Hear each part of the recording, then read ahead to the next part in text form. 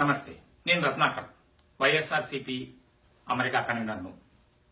గత 2 రోజుల కిందట తాడిపత్రి తెలుగుదేశం పార్టీ శాసనసభ్యులు వైఎస్ఆర్ కాంగ్రెస్ పార్టీ అధ్యక్షులు జగన్మోహన్ రెడ్డి వారి కుటుంబ సభ్యులను మీద మాట్లాడిన భాష, ఆయన తీరు చాలా అసభ్యకరంగాను, ప్రపంచవ్యాప్తంగా ఉన్న తెలుగు ప్రజలందరూ సిగ్గుపడే చర్యగా ఉంది.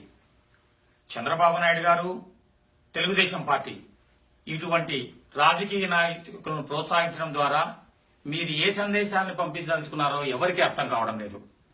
ప్రతిపక్ష నాయకులు జగన్మోహన్ రెడ్డి గారు బస్సు ప్రమాదంలో మరణించిన కుటుంబాలను పరామర్శిస్తూ అక్కడ జరిగిన పరిస్థితులను క్షుణ్ణంగా అధ్యయనం చేసి చెప్పమని అధికారులను కోరారు తప్ప ఆయనేమి దానికి బాధ్యులైన వారిని ఉరి తీయమనో రాళ్లతో కొట్టి చంపమనో ఎప్పుడూ చెప్పలేదు.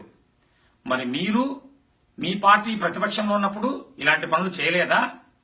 ఎన్నోసార్లు మీ భాషను మీ పార్టీ వాళ్ళు, మీ పార్టీ కార్యకర్తల ప్రవర్తన మీరు ప్రతిపక్షంలో ఉన్నప్పుడు ఒకసారి గమనించండి.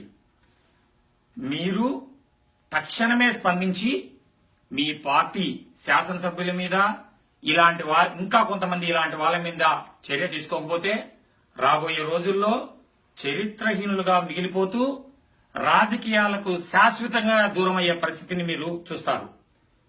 మీ మనస్సాక్షిని ఒక్కసారి మీకు మీరే ప్రశ్నించుకోండి. Thank you.